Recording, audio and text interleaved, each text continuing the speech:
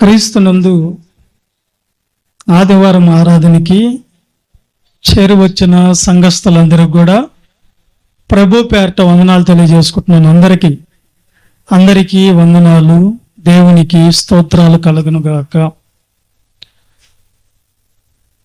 ఈరోజు మనం నేర్చుకోబోతున్నటువంటి అంశం ఏంటంటే సంఘ సహవాసం లేకపోతే భయంకరమైనటువంటి ప్రమాదం అనే విషయాన్ని మనం ఈ దినాన నేర్చుకుందాం. సంఘాన్ని గురించి చాలామందికి తెలియటం లేదు. ఇటు సంఘాన్ని గురించి మనము జాగ్రత్తగా తెలుసుకునే ఆలోచనలు కలిగి ఉండాలని మీకు ముఖ్యంగా మనవి చేస్తూ ఉన్నాను. అందుకే సంఘానికి వస్తున్న వాళ్ళకి ఎవరికైనా హెచ్చరికలు ఏంటంటే, నేను అనేక విషయాలు మీకు బోధిస్తూ వస్తున్నాను. పోయిన వారంలో చెప్పబడిన పాఠం పేరేంది చెప్పండి? పోయిన వారము ఆదివారం రోజున నేను ఏం బోధించాను మీకు? చెప్పండి, ఏం బోధించాను? 12 పోయిన ఆదివారం మీరు ఏం కూర వండుకున్నారు చెప్పండి? మీరు పోయిన వారము ఆదివారము ఏం కూర వండారు ఇంట్లో చెప్పండి? ఇది గుర్తుంది, కానీ ఏ వాక్యం చెప్పానో కూడా గుర్తులేదంటే మీరు సంఘానికి రావటం ఎందుకండి? సంఘానికి రావటం ఎందుకు? మీరు పరలోకమా రాదు, దేవుడా మిమ్మల్ని మెచ్చడు, దేవుడా మిమ్మల్ని పరలోకానికి నడిపిస్తానని ఆయన మీ యందు ఆయన చేసిన సంకల్పము, ఆయన అనుకున్న ఉద్దేశాలు, ఆయన ఆలోచనలన్నీ కూడా వ్యర్థమే. కాబట్టి పోయిన వారంలో ఏం మాట్లాడుకున్నామో తెలియదంటే సంఘానికి ఇంకా మీకంటే ద్రోభాగ్యులు ఎవరు లేరు. ఏం చెప్పాను గుర్తొచ్చిందా? దాసుని స్వరూపం. అది నేను అడిగాను దాని నుంచి. అంతకుముందు వారం ఏం చెప్పుకున్నాము? దేవుని శాశ్వత ప్రేమ. దేవుని శాశ్వత ప్రేమ. అంతకుముందు ఆదివారము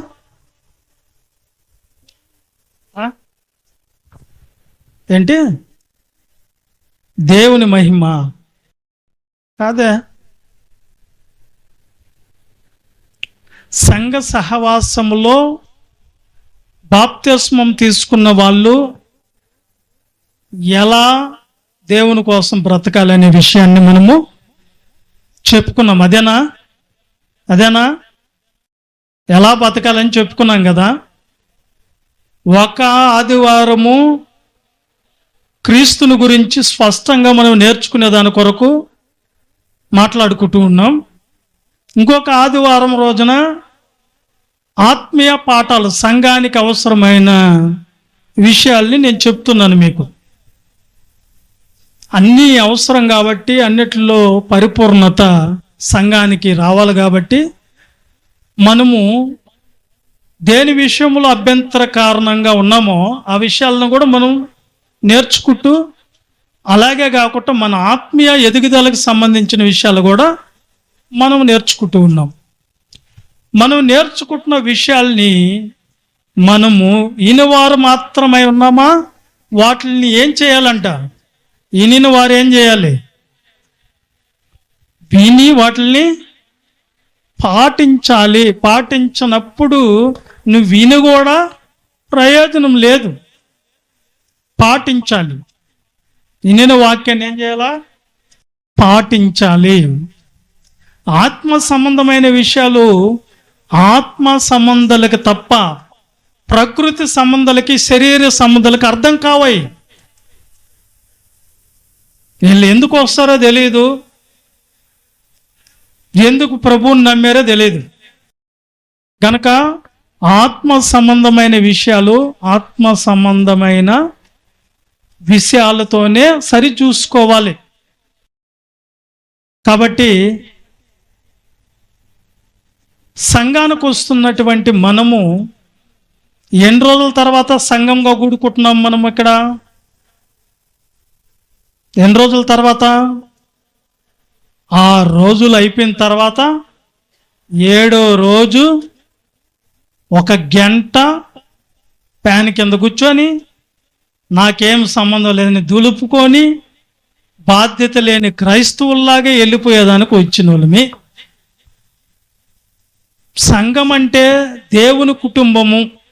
ఏందంటే ఇదే దేవుని కుటుంబము, క్రీస్తు ప్రేమ సామ్రాజ్యము, క్రీస్తుకి సంబంధించినటువంటి సంఘము. క్రీస్తు దీనికి అధ్యక్షుడు క్రీస్తు ప్రభుల వారు. ఈ సంఘము దేవుని కుటుంబంగా పిలువబడుతుంది.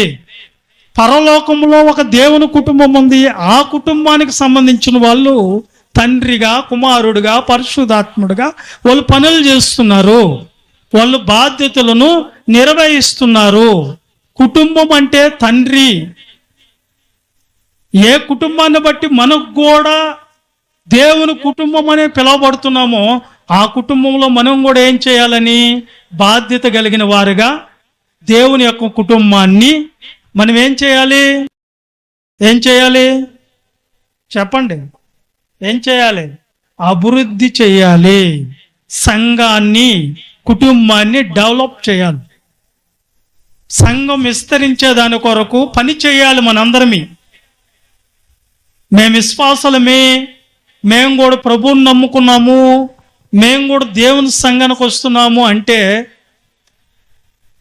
క్రియలు లేని విశ్వాసము మృతము, చచ్చిన దాంతో సమానము. పనులు లేకుండా నువ్వు విశ్వాసం అని చెప్తే దేవుడు దాన్ని అంగీకరించడు. ఇక్కడ కూర్చుంటారా? ఎందుకు వస్తారో తెలియదు. ఎక్కడో మనసు వదిలిపెట్టి చూస్తూ ఉంటారు. వీళ్ళని దేవుడు పరలోకము నుంచి సర్వాజ్ఞుడిగా ఆయన కనులు మన మీద ఆయన ఉంచి చూస్తూ ఉంటాడు. వీళ్ళు ఏం చేస్తున్నారు ఇక్కడ? సంఘం అనేది దేవుని కుటుంబం కనుక దేవుని కుటుంబంలో 6 రోజుల తర్వాత మీరు కలుసుకుంటే, మధ్యలో శుక్రవారం మంగళవారం ఒకటి ఉంటే వస్తున్నారు, కలుసుకుంటున్నారు, కొంతమంది రావడం లేదు. ఏంటి వీళ్ళకున్న ఆలోచన ఏంటంటే వీళ్ళని నరకానికి ఇచ్చుకోపోయేదానికి వీళ్ళ శరీరం వీళ్ళకి శత్రువు అయి కూర్చోంది. ఎవరో కాదు నరకానికి తీసుకోపోయేది, వీళ్ళ శరీరమే వీళ్ళకి శత్రువు. శరీర సంబంధాలు, శరీర విషయముల మీదే మనసు నుంచే వాళ్ళు. వీళ్ళని బైబిల్ వాక్యం చెప్తుంది. వీళ్ళకి అంత బోధైన చేయండి, ఈ చెవులో ఈ చెవులో వదిలేస్తారు. అందుకే మత్తయి సువార్త 7వ అధ్యాయం 6వ వచనంలో ఆయన అందుకే చెప్పాడు. యేసుక్రీస్తు ప్రభు ఏమన్నాడు చూడండి.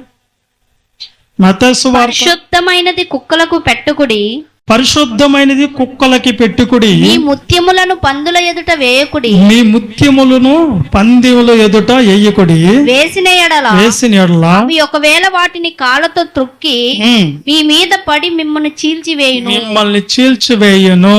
చూడండి, బుద్ధి చెప్పే వాళ్ళు ఎవరైనా సరే, సరిదిద్దే వాళ్ళు ఎవరైనా సరే, పరిశుద్ధంగా బతకండి, దేవుని కోసం బతకండి అని హెచ్చరిస్తే వీళ్ళు ఏం చేస్తారు తెలుసా? హెచ్చరించింది నా మంచి కోసమే కదా చెప్పింది అనుకోరు. నాకు మంచిదే కదా, నీతిమంతులు నన్ను కొట్టుట నాకు తైలాభిషేకం, వాళ్ళు గద్దిస్తే నాకు లాభకారము అని దావీదులాగా అనుకోరు. నన్నే తిట్టాడు ఆయన, నన్నే ఈ మాట అన్నాడు ఈయన అని కొంతమంది ఏం చేస్తారంటే సనుక్కుంటారు.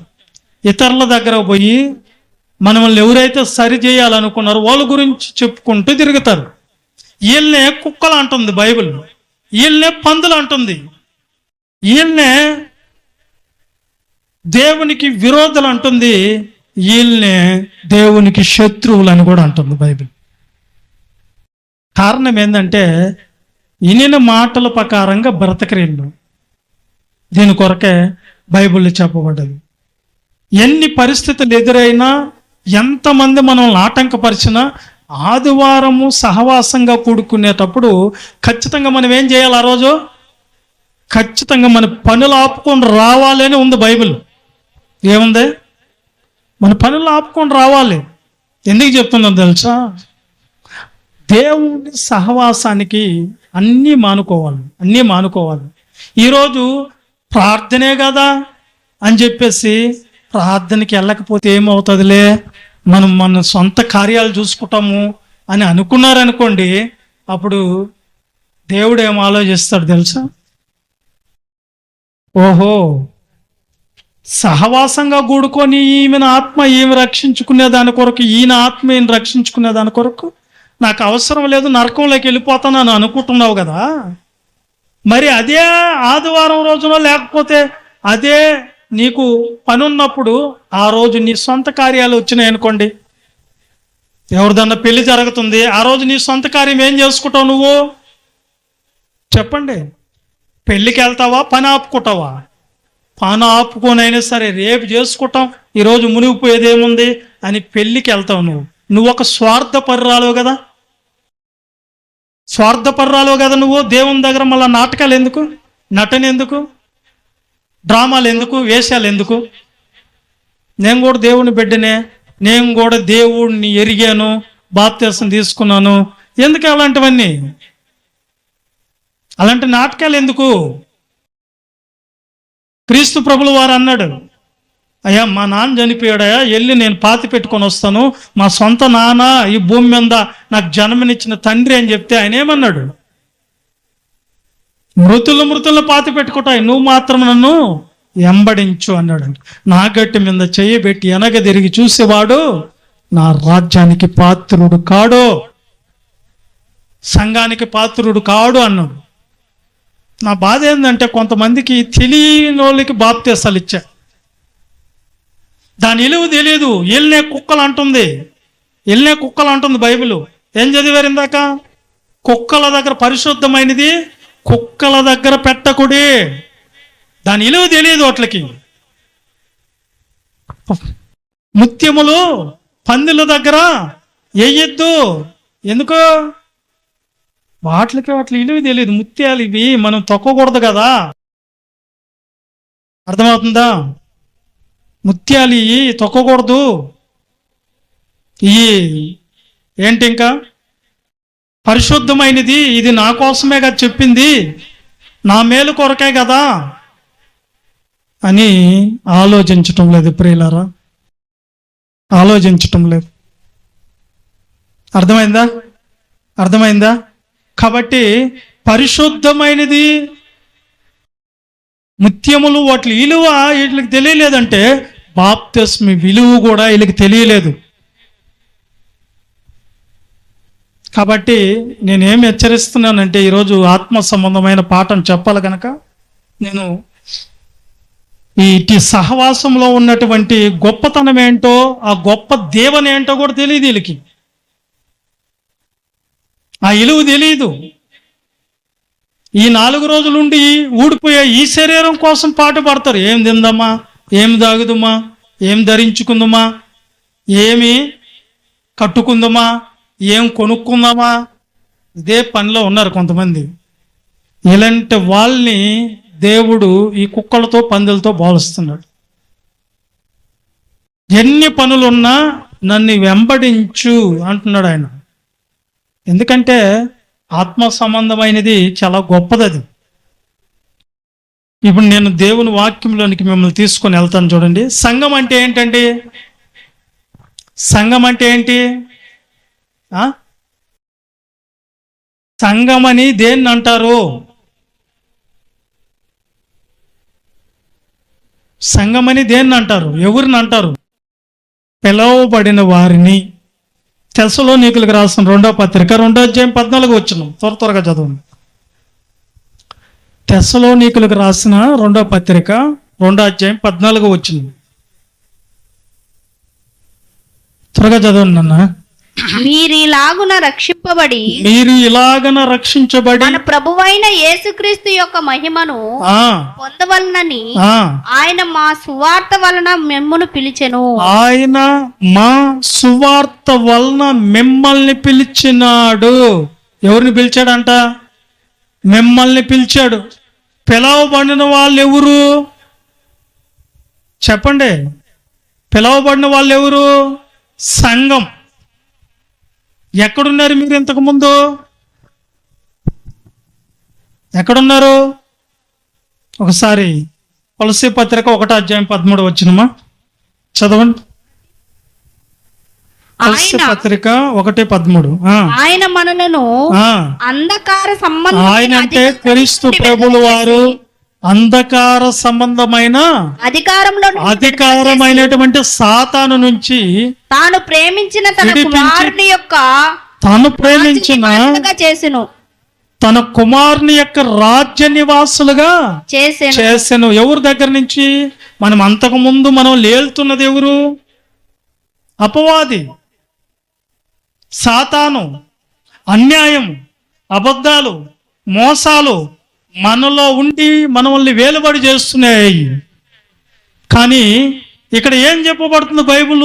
ఆయన అంధకార సంబంధమైన అధికారములో నుంచి మిమ్మల్ని విడిపించి తాను రాజ్య నివాసులుగా ప్రేమించిన తన కుమారుని యొక్క రాజ్య నివాసులుగా మనముల్ని చేసెను. ఆయనకి రాజ్యాన్ని ఆయన ప్రభు ఏలుకునే వాళ్ళుగా మనల్ని చేశాడు. ఎవరు? తండ్రి అయిన దేవుడు. ఎక్కడ? ఇక్కడ. కానీ ఎవరైతే నమ్మి బాప్తిసం పొందుతారో వాళ్ళు ఏమవుతారంట? రక్షించబడి సంఘ సభ్యులుగా మారుతారు. దేంట్లోకి వస్తారు? బాప్తిసం తీసుకున్న వాళ్ళందరూ ఎవరు? సంఘములో సభ్యులు. సంఘములు ఎవరు? సభ్యత్వం కలిగిన వాళ్ళేనా? అంతేనా? సంఘములో సభ్యులుగా ఉంటారు. సంఘములో సభ్యత్వం రావాలంటే ఏం చేయాలి? బాప్తిస్మం తీసుకోవాలి. బాప్తిస్మం తీసుకున్న మీరందరూ ఏం చేయాలి అంటే సంఘ సహవాసములో ఉండాలి. ఏం చేయాలి? అపోస్తుల కార్యాలు 2:42 దాన్ని తాగబోతు వీరు అపోస్తుల బోధయందు ఎవరు?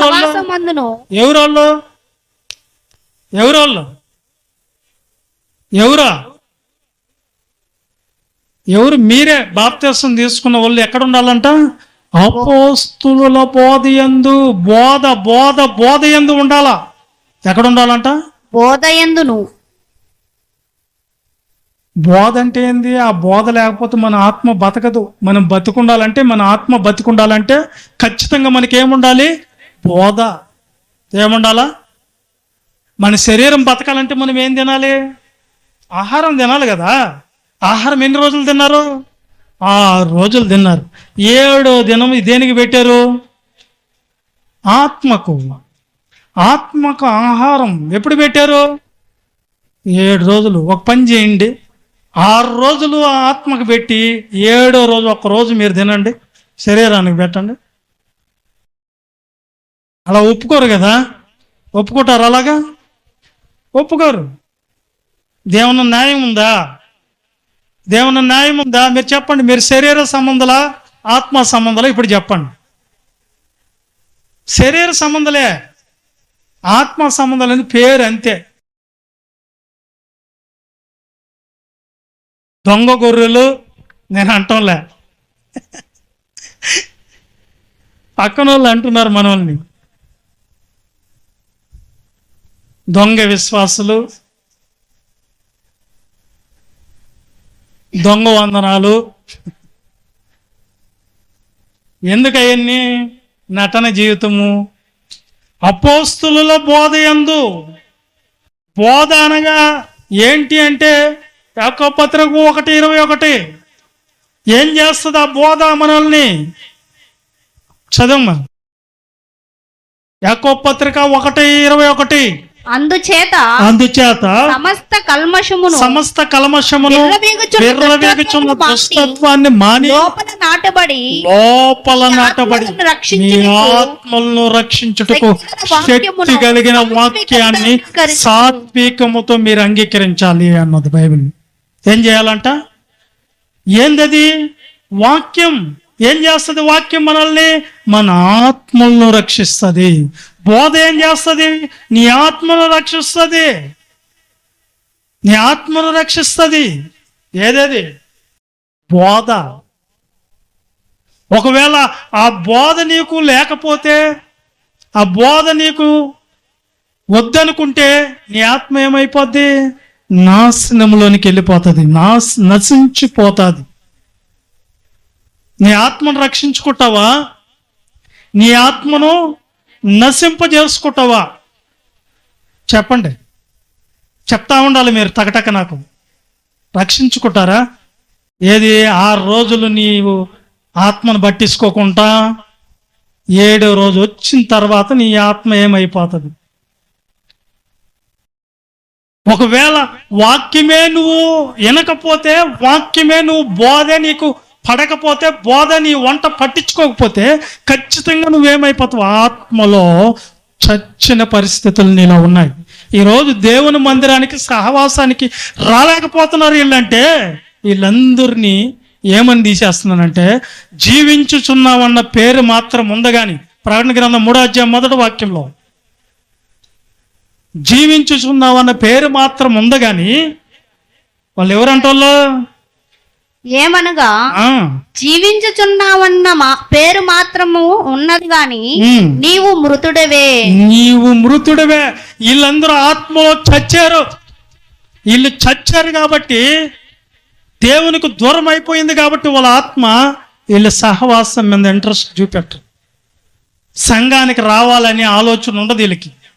దేవుని పని చేద్దామనే ఆలోచన ఉండదు. దేవుడు చూస్తున్నాడు, రేపు మనం చనిపోతే ఈ శరీరాన్ని వదిలిపెడితే దేవుడు రేపు మనల్ని తీర్పులోకి తీసుకుని వస్తాడు కదా అని భయం ఉండదు వీళ్ళకి. ఈ 4 రోజులు బాగాతం చూసుకుంటున్నారు వీళ్ళు.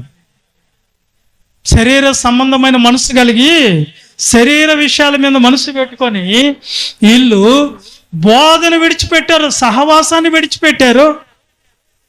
అందుకనే బోధ అంటుంది, మీ ఆత్మను రక్షించుటకు ఏం కావాలంట? శక్తి కలిగిన వాక్యం కావాలండి. ఏమనుకుంటున్నారు? ఈరోజు కొంచెం గట్టిగానే ఉంటుంది, ఏం మొహమాటం ఏముండదు. మారితే మారాలి, లేకపోతే పోవాలి. ఎందుకంటే మిమ్మల్ని పెట్టుకొని దేవుడికి ప్రయోజనం లేదు, సంఘానికి ప్రయోజనం లేదు, సేవకుడికి అంతకంటే ప్రయోజనం లేదు. ఎందుకు అలాంటి వాళ్ళు ఎందుకు? అందుకనే పోయిన వారం మీరు దాసుని స్వరూపమైన అబ్బాబ్బాబ్బాలో ఉంది అన్నారు కదా, ఈరోజు కొంచెం ఘాటుగా ఉంటుంది. రోజు ప్రేమనే చూపిస్తారు ఆ తల్లిదండ్రులు. ఏం కోటేశ్వరమ్మ ఎటు చూడు ఒకసారి, రోజు నీ పిల్లలకు ప్రేమనే చూపిస్తావా? అప్పుడప్పుడు గద్దిస్తావా? గద్దింపులు కూడా ఉంటాయి. అప్పుడప్పుడు బెత్తంతో కూడా శిక్షించే పరిస్థితి కూడా ఉంటుంది. తండ్రి అయిన దేవుడు, తండ్రి కూడా ఏం చేస్తాడంటే, ఒక పక్క ప్రేమిస్తాడు మాట వింటే, మాట వినకపోతే ఏం చేస్తాడు? శిక్షే కదా. రోజు ప్రేమనే పెడతా ఉంటే, ఆహా ఎంత మంచి తల్లి నా తల్లి అనుకుంటావా? రోజు నిన్ను మంచిగా నువ్వు అడిగిన వల్ల కొని పెడతా ఉంటే, అబ్బా ఎంత మంచి తండ్రి అనుకుంటావా? అప్పుడప్పుడు నీకు శిక్ష కూడా విధించాలి. శిక్షించిన కుమారుడు ఏమవుతాడు? జ్ఞానం లేనివాడు అవుతాడు. శిక్షకు పాలైన వాడు జ్ఞానవంతుడు అవుతాడు. అందుకనే దేవుడు ఏం చేస్తాడు చెప్పండి? శిక్షలో నడిపిస్తాడు, శిక్షించుతూ నడిపిస్తాడు తన కుమారుల్ని. వాళ్ళు చక్కగా ఉండాలని ఆలోచన ఉంటుంది. అర్థమైందా? అర్థమవుతుందా లేదా? అర్థమవుతుందా? అందుకని బోధ అవసరం. మనకు ఏం కావాలి? బోధ అవసరం. నెక్స్ట్ అపోస్తల కార్యాలు 2వ అధ్యాయం 42. అపోస్తుల బోధ యందు సహవాసమందును ఏందంట రెండోది సహవాసము. ఏముండాలంట? ఏముండాలంట మనకు? సహవాసం అంటే ఇంగ్లీష్లో చెప్పండి. ఫ్రెండ్షిప్. ఏముండాలి? ఫ్రెండ్షిప్. నీ సహవాసం ఎవరితో? సహవాసం అంటే ఏంటి? ఇక్కడ అపోస్తుల బోధ యందు సహవాసమందు అన్నాడు. ఇక్కడ సహవాసం అంటే కలిసి ఉండటం. ఏం చేయాలంట? ఏం చేయాలి? కలిసి ఉండాలా? ఉండరా మీరు? బాప్తిసం తీసుకున్న వాళ్ళందరూ ఎలా ఉన్నారు ఆడంటే అపోస్తుల బోధలో నిలబడ్డారంట. రెండోది సహవాసంగా ఉన్నారంట. ఫ్రెండ్షిప్ చేస్తున్నారు. ఏం చేస్తున్నారంట వాళ్ళు? కలిసి. తర్వాత రొట్టె విరుచుట యందును రొట్టె విరుచుట యందు ప్రార్థన చేయట యందు ఎడతెగక ఉండిరి. తెగిపోకుండా ఉన్నారు ఆ సహవాసం, ఫెలోషిప్ లో. ఎలాంటి ఫ్రెండ్షిప్ వాళ్ళది? ఏనండి, ఎలాంటి ఫ్రెండ్షిప్? ఎడతెగని ఫ్రెండ్షిప్. అంటే ఆ బంధం ఎంత గట్టిది? ఎలాంటిదండి ఫ్రెండ్షిప్? ఏనండి,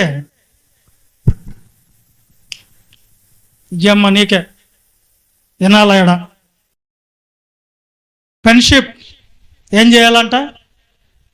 ఎడవని బంధం, గట్టి బంధంగా. ఫ్రెండ్షిప్ ఎంత గట్టిగా ఉంటుంది? ఎవరు తెంచినా తెగిపోనంత తెగకుంటున్నారంట వాళ్ళు. అంటే అర్థం ఏంటంటే బాప్తిస్మం తీసుకొని నువ్వు సంఘానికి వచ్చిన తర్వాత తెగకుండా సహవాసంలో ఉండాలి. ఫ్రెండ్షిప్గా మారిపోవాలి. ఎలా ఉండాలంట? నువ్వు ఎలా ఉండాలంట? నాకు వద్దండి, నాకు అవసరం లేదు, నేను మాత్రమే ప్రత్యేకం. ఎవరు అనుకుంటున్నారు అది? కొంతమంది. నేనున్న కలిసి ఉండను, వీళ్ళతో కలిసి ఉండను, నేను వేరు, నా భక్తి వేరు, నేను వేరు అని నువ్వు అనుకుంటున్నావా? సామెతల గ్రంథానికి వెళ్దాం, 18వ అధ్యాయం. ఒకవేళ నువ్వు అలా అనుకుంటే నీ కొరకు ఏం రాయబడ్డది?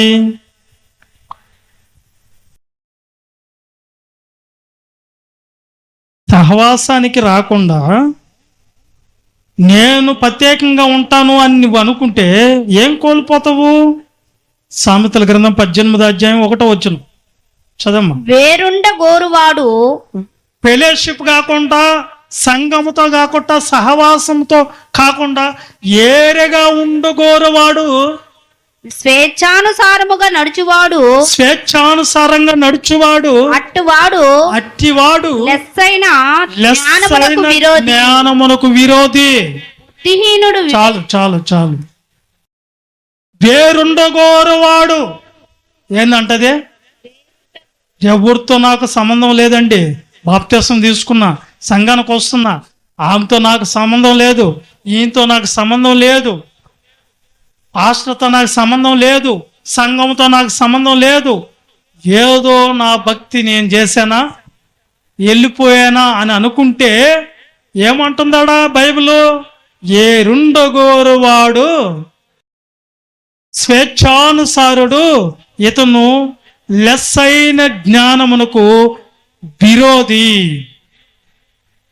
ఎలాంటేనే ఏరుగా ఉండగోరుతారా? సంఘముతో కాకుండా, సంఘ సహవాసం కాకుండా, సంఘం చెప్పింది వినకుండా, నీవిష్టానుసారమైన ఆలోచనలు. ఏ ఆలోచనలు? ఎవరు నన్ను నడిపించకూడదురా, ఎవరు నా మీద అధికారిగా ఉండకూడదు, ఎవరి మాట నేను వినను, నేను ఎవరికి లోబడి జీవించను, ఎవరు నా మీద పెత్తనం చేయకూడదు, ఎవరు నాకు ఏ మాట చెప్పకూడదు, నాకు ఇష్టం వచ్చినట్లు నేను బ్రతకతా అని నువ్వు ఎప్పుడైతే అనుకుంటావో వాళ్ళు లెస్ అయిన జ్ఞానానికి ఏమైపోతారు? విరోధులు, స్వేచ్ఛానుసారులు. నాకు సంబంధం లేదు, సంఘంలో ఏ కార్యక్రమం జరిగినా నాకు సంబంధమే లేదు. ఏమంటే ఏరిగా ఉండాలా? మనల్ని దిద్దే వాళ్ళు అవసరం లేదా? మనల్ని గద్దించే వాళ్ళు అవసరం లేదా? మనల్ని సరి చేసే వాళ్ళు అవసరం లేదా? మనల్ని సరిగ్గా నడిపించే వాళ్ళు అక్కర్లేదా? చెప్పండి, వద్దా? కావాలా? కావాలన్న వాళ్ళు ఒకసారి చేతుల పైకి ఎత్తండి. వద్దనే వాళ్ళు కూడా ఎత్తండి.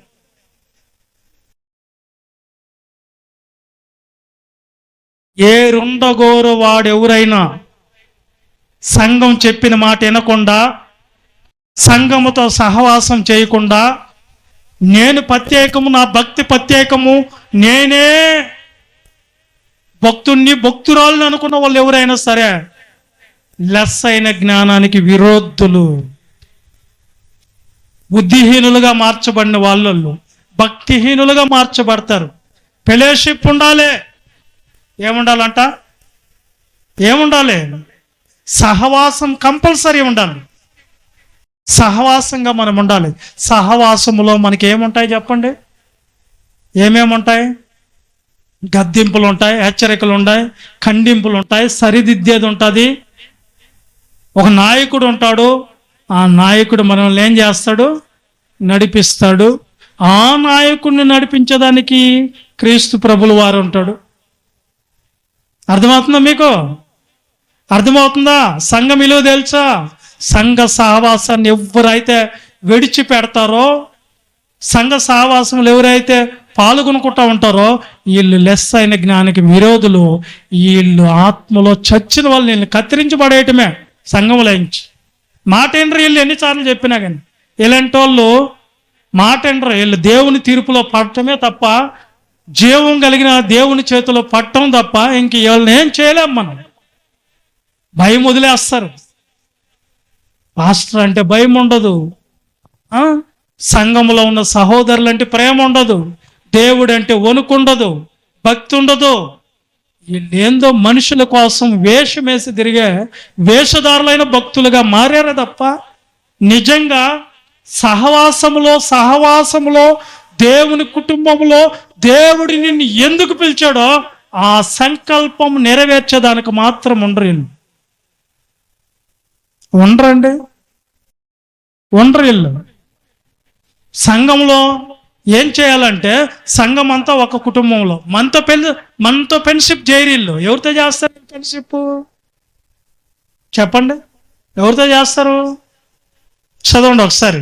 1 కొరింథీయులకు రాసిన పత్రిక 10వ అధ్యాయం 33వ వచనం. ఎవరితో చేస్తారో చెప్తున్నాడు. ఫాస్ట్గా చదవాలి. 1 కొరింథీ పత్రిక 10వ అధ్యాయం 33వ వచనం. ఎవరితో చేస్తారు వీళ్ళు సహవాసము?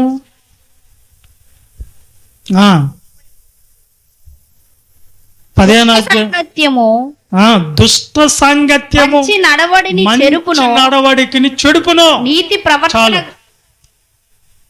దుష్టులతో చేస్తారు. ఎవరితో చేస్తారు సహవాసము? దుష్టులతో చేస్తారు. ఇంకెవరితో చేస్తారు? ఇంకా ఎవరితో చేస్తారు సహవాసము?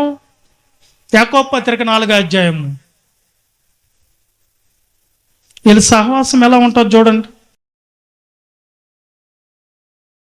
వీళ్ళందరూ దేవుని కోసం బతికేదానికి కాదు, కానీ దేవునికి శత్రువు లేదానికి. యాకోబు పత్రిక 4వ అధ్యాయము తీసారా? 4వ వచనం చదువు. వ్యభిచారులారా,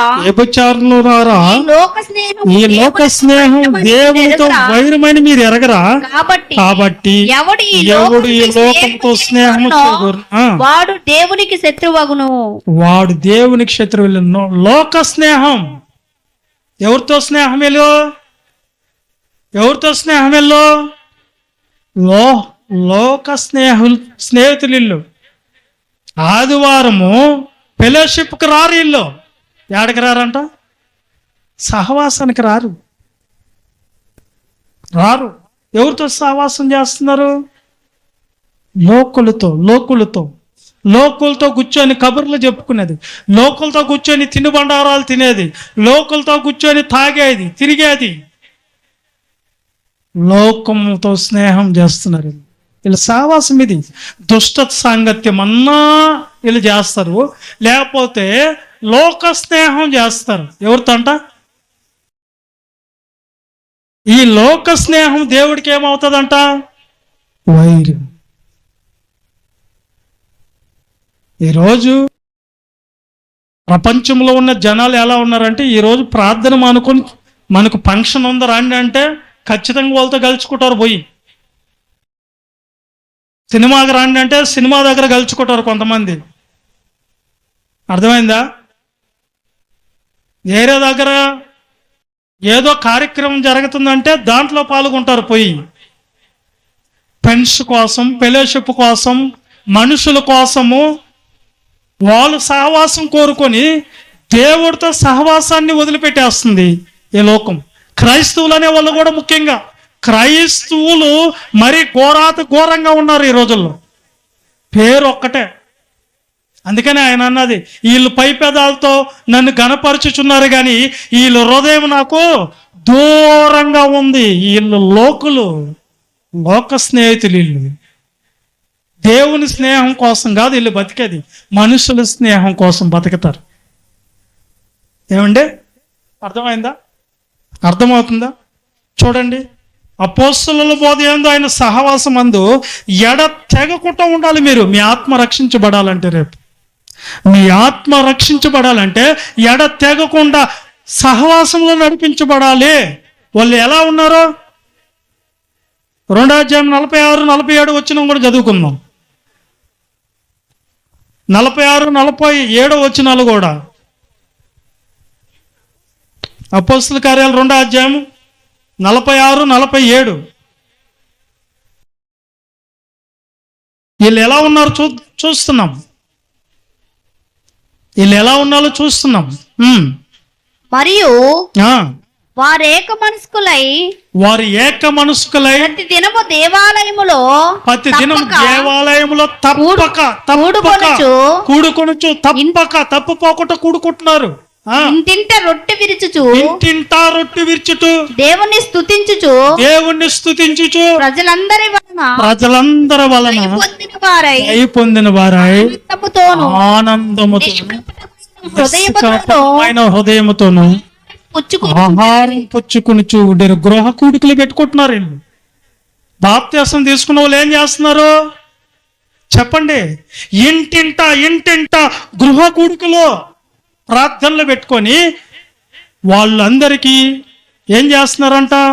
భోజనాలు పెడుతూ మనుషుల దయలో వర్ధిల్లుతూ వచ్చారు. మనుషుల దయ.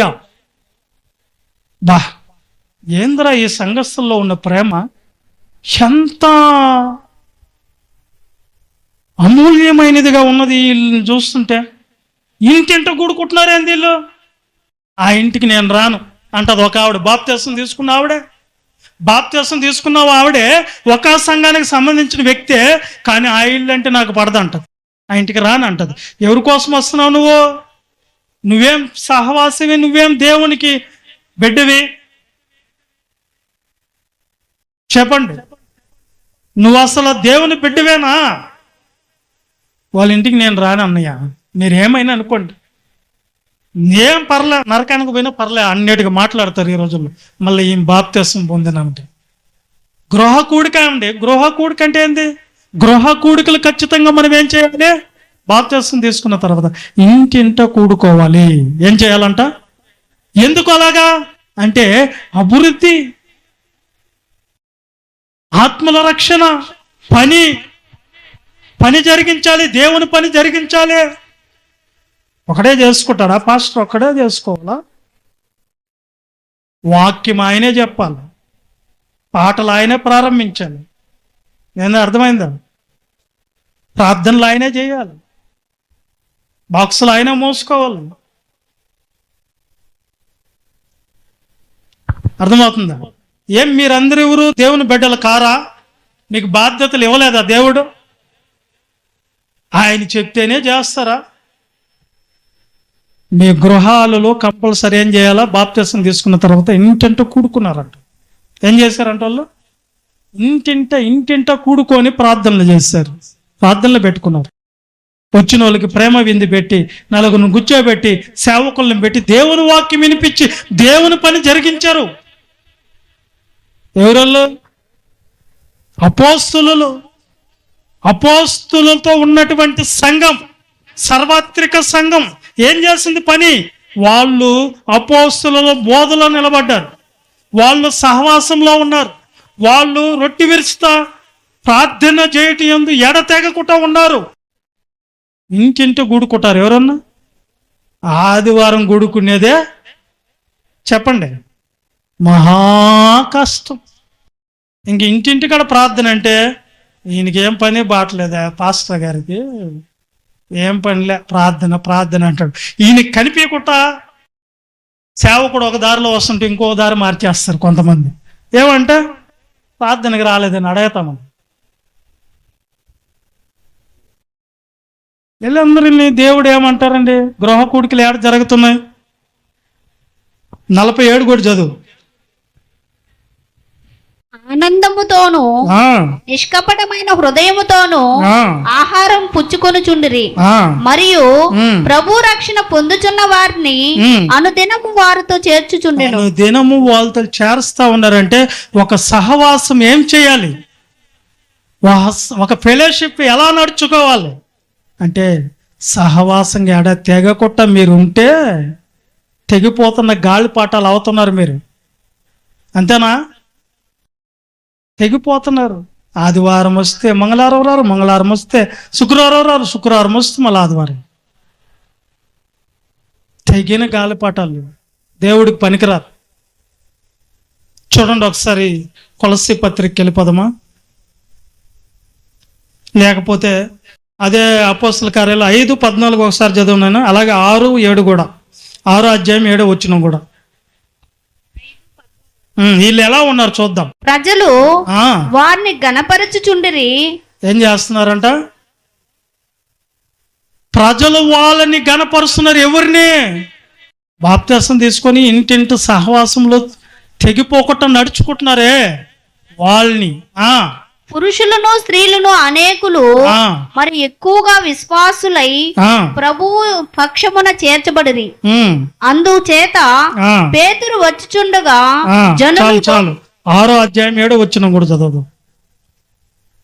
ఈ రోజు రెఫరెన్స్లు ఎక్కువ ఉంటాయి. దేవుని వాక్యము ఉమ్. ప్రబలమై ఉమ్, శిష్యుల సంఖ్య యెరూషలేములో ఉమ్. బహుగా విస్తరించెను. ఎందుకంటే మనల్ని పిలిచింది దేవుడు. ఎందుకు పిలిచాడు మనల్ని? చెప్పండి, ఎందుకు పిలిచాడు దేవుడు? సహవాసంలోకి ఎందుకు పిలిచాడు? నీ ద్వారా పని ఉంది. సంఘం అభివృద్ధి చెందాలి. ఏం చెందాలి? ఎవరు సంఘం? దేవుని సంఘం, క్రీస్తు సంఘం అభివృద్ధి చెందాలి, పని జరగాలి. ఇందుకొరకు మన వాళ్ళందరినీ ఇక్కడికి తీసుకుని వచ్చింది దేవుడు. ఎందుకు తీసుకుని వచ్చాడు ఆయన? పని బాటలేక. పని జరగాలి. ఏం పని అది? ఏం పని? దేవుని పని. సంఘం విస్తరించే ప్రణాళికలు మనం చెయ్యాలి. ఇక్కడ అన్నయ్య రాన్నయ్య మా ఇంటి పక్కన వాళ్ళు దేవుని నమ్ముకుంటామన్నారు, మీరు వచ్చి ప్రార్థన చేయండి అన్న. మా ఇంట్లో ప్రార్థన పెట్టి మా ఇంట్లో వాళ్ళకి వాక్యం వినిపించాలి, లేదంటే వాళ్ళు మార్చడం లేదు. ప్రార్థన పెట్టుకోవాలి, గృహ కుడికలు పెట్టుకోవాలి. ప్రభు వాళ్ళ పక్షంగా నిలబడి ఏం చేశారంట? సంఘము విస్తరించేదానికి సహాయం చేసి ఏం చేయాలంట? మనందరి వలన దేవునికి ప్రయోజనం ఏంది? అమ్మో, సంఘం డెవలప్ అయిపోతే ఈ పాస్టర్ గారిది కదా సంఘం అనుకుంటున్నారా మీరు? సంఘం ఎవరిది? దేవుంది. మనందరం ఎవరు? దీంట్లో పని చేసే వాళ్ళమే, పని చేసుకునే దానికి వచ్చామంతే. సంఘం ఎవరిది కాదు, దేవుని సంఘం. పని జరిగించాలి దేవుడు ఇక్కడ. అందుకనే ఈ రోయిలపాలెం గ్రామంలో ఒక మందిరం కట్టేదానికి ఒక సేవకుని పెట్టి మిమ్మల్ని అందరం తోలుకొని వచ్చింది ఆయనే. మిమ్మల్ని ఏదో నేర్పిస్తాడు ఆయన, మీకు ఏదో నేర్పిస్తారు. ఈ సంఘం అనేది 6వ అధ్యాయం 7వ వచనం కూడా. ఎలా ఉండాలి సంఘంలో? 6వ అధ్యాయం 7వ వచనం. దేవుని వాక్యము ప్రబలమై శిష్యుల సంఖ్య యెరూషలేములో బహుగా విస్తరించెను. ఈ పని జరగాలి మన ద్వారా. ఏం జరగాలంట? సంఘము విస్తరించబడాలి. ఏం చేయాలి? శిష్యుల సంఖ్య పెరగాలి. స్వార్థం కోసం కాదు, ఇది దేవుని ప్రణాళికలో భాగం. ఇది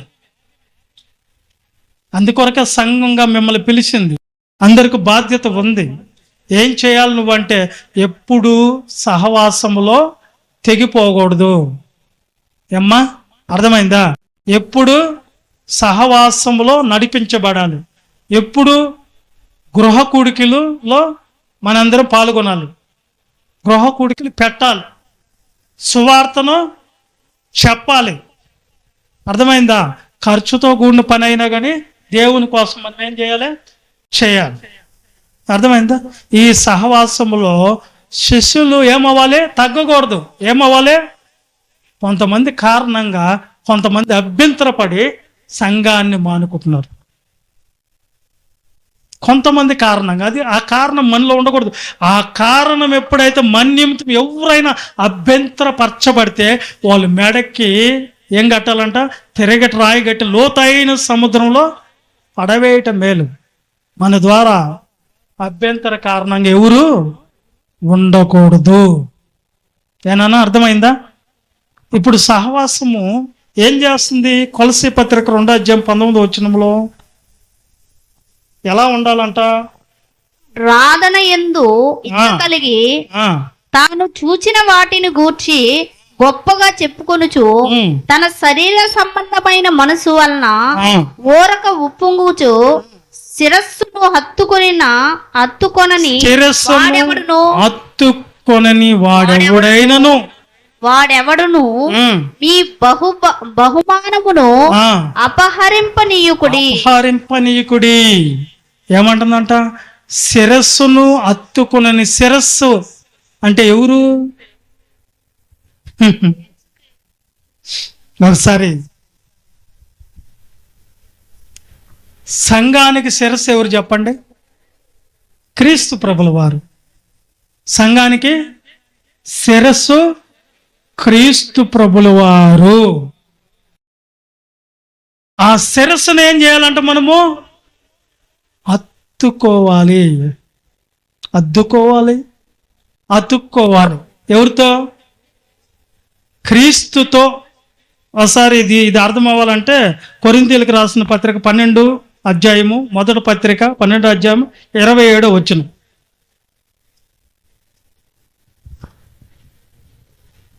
అటువలే మీరు క్రీస్తు యొక్క శరీరమై ఉండి వేరువేరుగా అవయములై ఉన్నారు. వేరువేరుగా ఏమై ఉన్నామంట మనము? మీరందరూ ఏమై ఉన్నారా? బాప్తిసం తీసుకున్న వాళ్ళు క్రీస్తు యొక్క శరీరములో మనందరం ఎవరిమే? అవయవాలమే. ఎవరంట మనం? సంఘం అంటే అవయము మనమేమై ఉన్నాము? క్రీస్తు శరీరంలో భాగాలము, అవయవంలో ఒక్కొక్క అవయవాన్ని మనం ఎలా ఉండాలని రాయబడ్డది? శిరస్సును అతుక్కునే వాళ్ళుగా ఉండాలి. ఇక్కడే అతుక్కోపోవాలంట. దేంతో? ఇప్పుడు ఆయన శరీరంలో మనం అవయవాలం అంటే ఒక చెయ్య ఈ శరీరంలో ఒక అవయవం, ఒక కాలు ఈ శరీరంలో ఒక అవయవం. వీటికి జాయింట్లు ఉన్నాయా? ఏళ్ళకి జాయింట్లు ఉన్నాయా? లాగితే వస్తాయా? రావు. వస్తున్నాయా? అలాగే ఈ ఫెలోషిప్లో ఉన్నటువంటి సహవాసములు ఉన్న మనల్ని కూడా ఎవరైనా లాగితే కూడా మనము తెగిపోకూడదు. రా ఈరోజు ఆదివారం, నువ్వు ఏం కాదులే అనకూడదు. వాళ్ళు ఎవరన్నా అంటే మనం ఎలా ఉండాలి? దాని నుంచి ఎవ్వరు విడదీయలేకపోవాలి. ఒక్కొక్క అవయవాన్ని మనం ఒకవేళ అవయవాలుగా ఉండి ఈ శరీరంలో నాకు ఈ చెయ్యి పని చేయకపోతే ఒకవేళ నేనేం చేస్తాను? కానీ మీ ఏళ్ళు పని చేయకపోతే మీరేం చేస్తారు చెప్పండి? శరీరంలో ఒక భాగం కదా, ఏందది? ఏలు. ఆ ఏలు పని చేయకపోతే ఏం చేస్తారు మీరు? ఏం చేస్తారు? ఏలు పని చేయకపోతే నరికేస్తారా? చెప్పండి, ఏళ్ళు పని చేయకపోతే ఏం చేస్తారా? తీసేస్తారా? దాన్ని బాగా చేసుకునే దానికి ఏం చేస్తాము? ఎమర్జెంట్లో పోతారా, 2 రోజులు ఆగిపోతారా? అర్జెంటుగా వెళ్ళిపోతారు కదా. ఏళ్ళు పని చేయకపోతేనే మనకి ఇంత బాధ అయితే మనందరం ఎవరమంట? ఏ దేంట్లో? క్రీస్తు శరీరంలో మనందరమే అవయవాలు అయితే ఒక అవయవం పని చేస్తుంది, ఒక అవయవము. ఇప్పుడు ఏం చేయాలి ఆ అవయవాన్ని? చెప్పండి చెప్పండి, ఏం చేయాలి? అది పనికి రావటం లేదు. పనికి రాదని ఏం చేయాలి? కత్తిరించేద్దామా? కత్తిరించే మన వల్ల కాదు. ఎంత విలువైన విషయాలంటే మీకు అర్థం అవుతున్నాయో లేదో. ఈ శరీరంలో ఎన్ని అవయవాలు ఉన్నాయి మీకు తెలుసా? ఇప్పుడు ఈ కండ్లండి, ఈ కండ్లకి ఒక కనెక్షన్ ఉంటుంది. ఈ ఎంట్రికలు అంతా నరాలు. ఆ నరాల్లోంచి మనం అన్నప్పుడు ఆ కన్నును తడుపుతూ ఉంటాయి నీళ్ళులాగా, కళ్ళు మూసినప్పుడు తెరిచినప్పుడు. అలాగా కనుగుడ్డు ఎండిపోయింది అనుకోండి, ఆ అవయవానికి ఏం అందలేదని ఆ నరాల ద్వారా అందవలసినటువంటి ఆ నీరు చేరటం లేదు. కన్ను ఏమైపోద్ది? ఎండిపోద్ది. గుడ్డు ఎండిపోద్ది. అంతే కదండి. అంత ఎందుకండి? ఈ ఎంట్రుకలు జీవంతో ఉండాలంటే బ్లడ్ సర్క్యులేషన్ ఇక్కడ కూడా ఏమవ్వాలి? ఇక్కడ కూడా జరగదు. అంత ఎందుకు? కూర్చొని ఏమంటారు, అప్పుడప్పుడు ఏమైపోతుంది, కాళ్ళు తిమ్మిరి పట్టేస్తాయి. ఎందుకు తిమ్మిరి పట్టేస్తున్నాయి? బ్లడ్ సర్క్యులేషన్ వెళ్ళలేదు అక్కడికి. ఒక అవయవం పని చేయకపోతే బొబ్బలాడిపోతామే. మరి దేవుని క్రీస్తు సంఘంలో ఆయన శరీరంలో మనందరం ఎవరిమే? అవయవాలు. మీకు బాధ్యత ఉందా? అవయవాలకు బాధ్యత ఉందా? చెయ్యేం పని చేయాలి? చేయి చేయాలి. ఏళ్ళేం పని చేయాలి? ఏళ్ళు చేయాలి. కన్ను ఏం చేయాలి? కన్ను చేయాలి. నోరేం చేయాలి? నోరు చేయాలి. అర్థమవుతుందండి. కాళ్ళు ఏం చేయాలి? కాళ్ళు చేయాలి. పొట్ట ఏం చేయాలి? పొట్ట చేయాలి. గుండె ఏం చేయాలి? దాని పని అది చేయాలి. చేయకపోతే, ఒకవేళ గుండె పని చేయకపోతే ఏం చెప్తారు? ఇంక పాడిగట్టి పరదేశీయులము ప్రియులారా మనము పొరమీదిగా దిప్పుడు అని మోయటమే. అర్థమైందా? కనుక ప్రియులరా, ఒక్క అవయవం పని చేయకపోతేనే మనకి ఎంతో బాధ కలిగితే, మరి క్రీస్తు శరీరంలో మనం అవయవాలమి సంఘంలో మనం ఒక పాత్ర వహించుతున్నాం అన్నప్పుడు మరి ఏం పని చేయాలి? మీరు పని లేకుండా వస్తున్నారు, పని లేకుండా వెళ్ళిపోతున్నారు. బాధ్యత ఉందా? మీకు ఉందా? చెప్పండి, బాధ్యత ఉందా? ఒక్కరే కష్టపడతా ఉంటే చూస్తూ ఉంటారా? ఒక్కరే చేయి కాల్చుకుంటా ఉంటే కాల్చుకునే మనకేమనుకుంటారా? అప్పుడు మీకేంది దేవుని దగ్గర రేపు మెప్పు? దీని అంతటి కారణం ఏంటంటే కొంతమంది సహవాసానికి దూరంగా వెళ్ళిపోతూ ఉన్నారు. ఏదన్నా జరుగుతుందో కార్యం అంటే, అమ్మో ఈరోజు మనల్ని ఏమన్నా అడుగుతారని దూరం అయిపోతున్నాం. ఈ ఫెలోషిప్ పోవటం ఎందుకని? మళ్ళీ నువ్వు దూరం అయిపోయి తప్పించుకొని తిరిగే నీకు మళ్ళీ పరలోకం ఇవ్వాలి దేవుడు. దేవుని కోసం నువ్వే దానికి పనికిరావు, ఏమి చేయవు. మళ్ళీ నీకేమి ఇవ్వాలి? పరలోకం. దేవుడు పరలోకం ఇవ్వాలి మళ్ళా. ఏమ్మా, ఇదేనా దేవుడు మిమ్మల్ని పిలిచింది? అందుకే శిరస్సును అత్తుకొనని ఎవ్వడైనానో నీ బహుమానాన్ని అపహరిస్తాడేమో, జాగ్రత్త. వేరు అవయవాలుగా ఉన్న మీరు శిరస్సు అయినటువంటి క్రీస్తుని ఏం చేయాలో అతుక్కోపోవాలి. క్రీస్తులోంచి మనల్ని ఎవరు విడదీయలేకపోవాలి. అంతగా క్రీస్తులో మనము వరదెళ్ళాలి. అర్థం కాదా? అర్థమవుతుందా? ఇలా అతుక్కోపోవాలంటే ఏముండాలి? అతికిచ్చేదానికి ఏం కావాలా? అతికిచ్చేదానికి ఏం కావాలమ్మా? ఏం కావాలి అతికిచ్చేదానికి? కొలస్సీ పత్రిక 2వ అధ్యాయం 2వ వచనం చదవదాం. మీ కొరకును మీ కొరకును ఫస్ట్ 2 అధ్యాయం 2 వచనం కొలస్సీ పత్రిక. శరీర రీతిగా నా ముఖము చూడని వారందరి కొరకును నేను ఎంతగా పోరాడుచున్నానో మీరు తెలుసుకొని కోరుచున్నాను. వారు ప్రేమయందు వారు శిరస్సుని ప్రేమయందు అతుకోవటం అంటే ప్రేమయందు మనమందరం ఏమైపోవాలి? క్రీస్తు యేసు కలిగిన ఆ ప్రేమయందు మనందరం ఏమైపోవాలి? చెప్పండి. ప్రేమను మళ్ళా రిపీట్ చేద్దాను. వారు ప్రేమయందు అతుకుబడి సంపూర్ణ గ్రహింపు యొక్క ఐశ్వర్యము కలిగిన వారై దేవుని మర్మము ఉన్న క్రీస్తును స్పష్టముగా తెలుసుకున్న వారై హృదయములలో ఆదరణ పొందాలి. చాలు. మీకు బాగా అర్థమవుతుందా లేదా? ప్రేమ ఎందు ఏమైపోవాలి మనము? అతకబడి. సావాసం అంటే ఎలా ఉండాలి? ఎవరు విడదీయలేనంతగా ఫ్రెండ్షిప్ ఉండాలి. మంది ఎలా ఉండాలి? సంఘానికి ఫ్రెండ్షిప్, సహవాసం.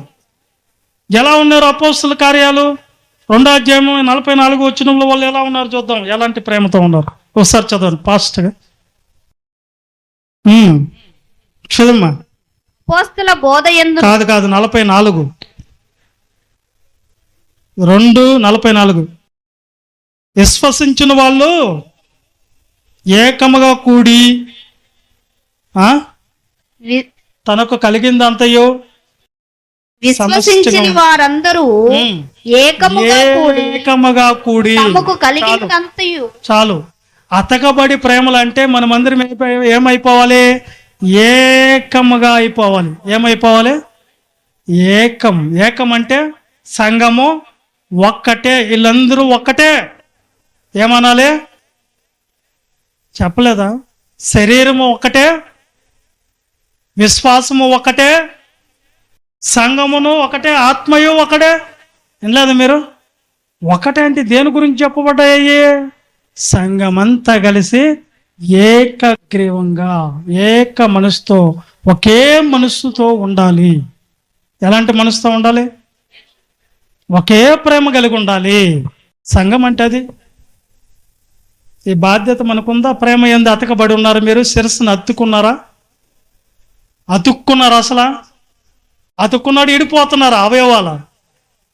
చెయ్యి పాటికి చెయ్యి ఊడిపోద్ది, కాలు పాటికి కాలు ఊడిపోద్ది, ఏళ్ళు పాటికి ఏళ్ళు ఊడిపోతాయి, కళ్ళు పాటికి కళ్ళు ఊడిపోతే బాగుంటుందా? చెప్పండి నాన్న, చెప్పండి. ఏం చేయాలి ఇప్పుడు మనము? విడివిడిగా ఉండకుండా ఏం చేయాలి? అతకబడి ఉండాలి. ఏ దాంట్లో? ప్రేమలో. ఎవరిలో అంట? ప్రేమ లేకపోతే ఏమైపోతాం తెలుసా? దేవుడు ఎవరు? మనం చెప్పుకున్నాం. దేవుడు ప్రేమ స్వరూపి. ఎవరు? దేవుడు. అది యోహాను పత్రిక, మొదటి పత్రిక 4 అధ్యాయం 20 వచనం. ఇప్పుడు చదువుకుందాం చూడండి. మీకు ప్రేమ లేకపోతే ఏమవుతాం? చదమ్మా, త్వరగా ముగించుకుందాం. కానివ్వండి, మీకు హెచ్చరికలు చేయాలని ఇవన్నీ. ఎవడైనను 4 అధ్యాయం 20 వచనం. ఎవడైనను నేను దేవుని ప్రేమించుచున్నానని చెప్పి తన సహోదరుణ్ణి ద్వేషించిన ఎడల అతడు అబద్ధికుడగును. ఏముంది బైబిల్? నేను వీళ్ళని భీమించేది. వీళ్ళందరికంటే నేను ఎవరిని? ప్రార్థనా పరుని, నేను భక్తుడిని, నేను గొప్పవాణ్ణి అని నేను అనుకొని, చెప్పండి, నేను అనుకొని నా సహోదరుని చూసి వాడిని ప్రేమించకపోతే వాడు ఏమైపోతాడంట? అబద్ధికుడు అవుతాడు. కింద కూడా ఉంటుంది అదే మాట. తాను చూచిన తన సహోదరుని తన సహోదరుణ్ణి ప్రేమింపని వాడు తాను చూడని దేవుని ప్రేమింపలేడు. ఈడు అబద్ధికుడు. నీ సహోదరి నీ పక్కనున్న ఆమెను నువ్వు ప్రేమించలేనప్పుడు కనబడని దేవుణ్ణి నువ్వేం ప్రేమిస్తున్నావు? నువ్వు అబద్ధికురాలివి అంటుంది బైబిల్. ఏమ్మా, అర్థమైందా? దేవుణ్ణి నేను ప్రేమిస్తున్నానని చెప్పి తన సహోదరుని ద్వేషించే వాళ్ళు అబద్ధికులు. కనిపించే సోదరురాల్ని ప్రేమించలేని నీవు కనబడని దేవుణ్ణి ఎలా ప్రేమిస్తావు?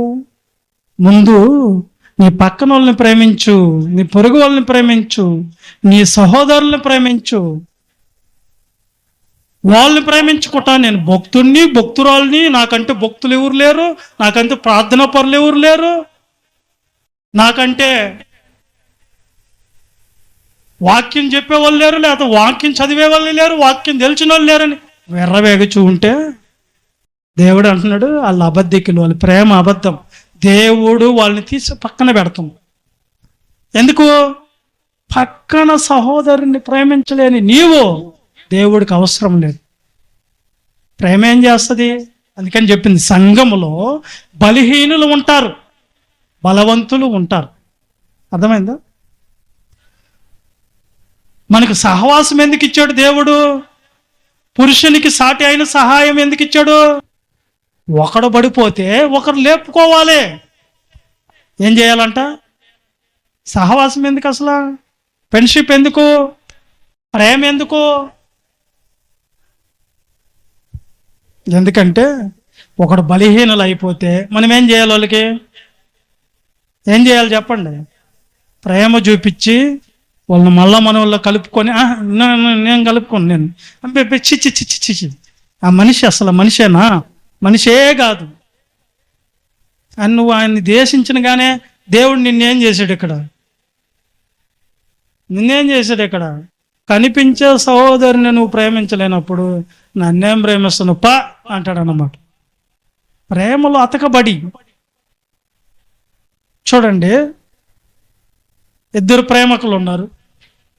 జనరల్గా ఇద్దరు ప్రేమకుల్ని తీసుకొని వచ్చి ప్రేమించుకునే వాళ్ళని, ఆ అమ్మాయిని నువ్వు ఎందుకు ప్రేమించావు? ఇష్టం లేదు, ఇంట్లో నుంచి వెళ్ళిపో, లేకపోతే అమ్మాయిని వదిలేసిరా.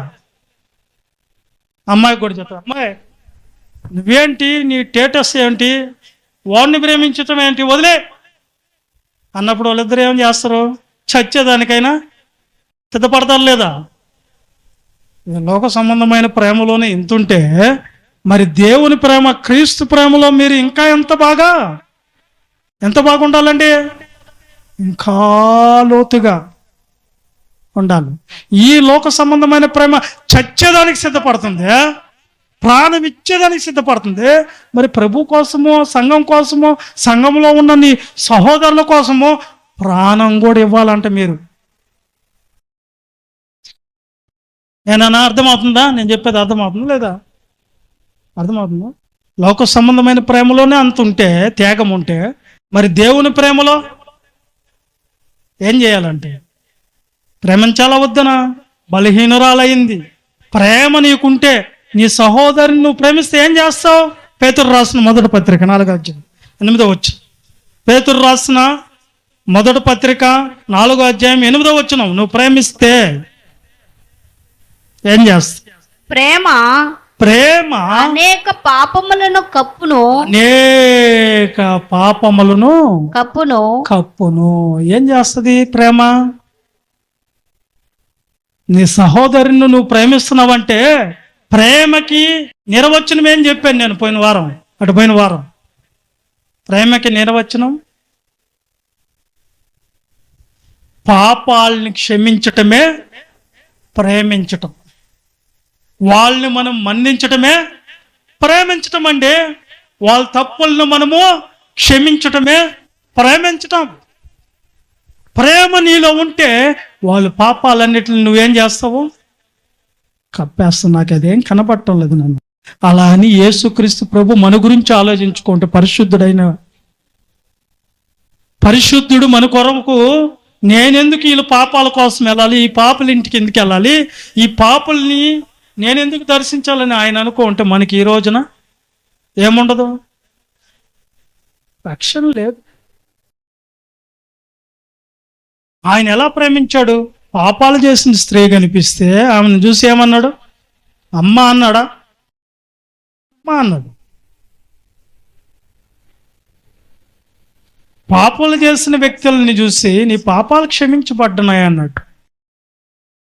ఏంటిది? ప్రేమ.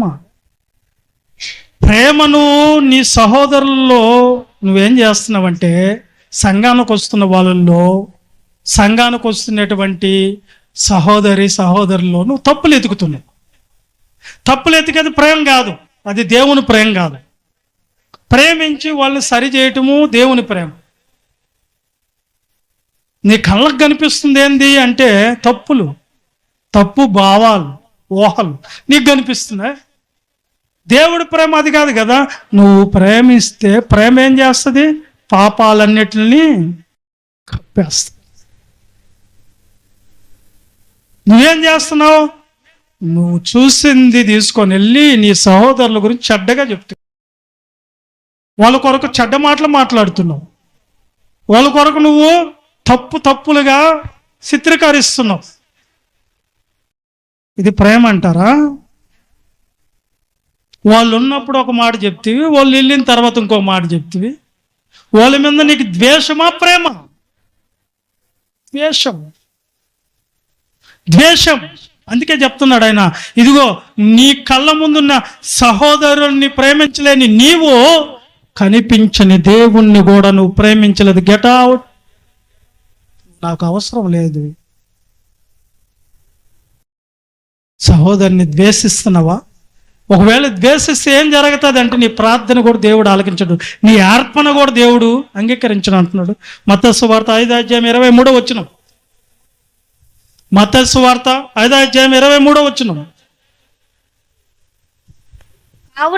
కావున నీవు బలిపీఠం యొద్ద అర్పణము అర్పించుచుండగా నీ మీద నీ సహోదరునికి విరోధమైన కలదని అక్కడ నీకు జ్ఞాపకం వచ్చిన ఎడల అక్కడ బలిపీఠమును ఎదుటనే నీ అర్పణము విడిచిపెట్టి మొదట వెళ్ళి సహోదరునితో సమాధాన పడుము. అటు తర్వాత వచ్చి నీ అర్పణ అర్పించము అన్నాడు. అంటే మీకు ఇప్పుడు ఏం అర్థం అవ్వాలి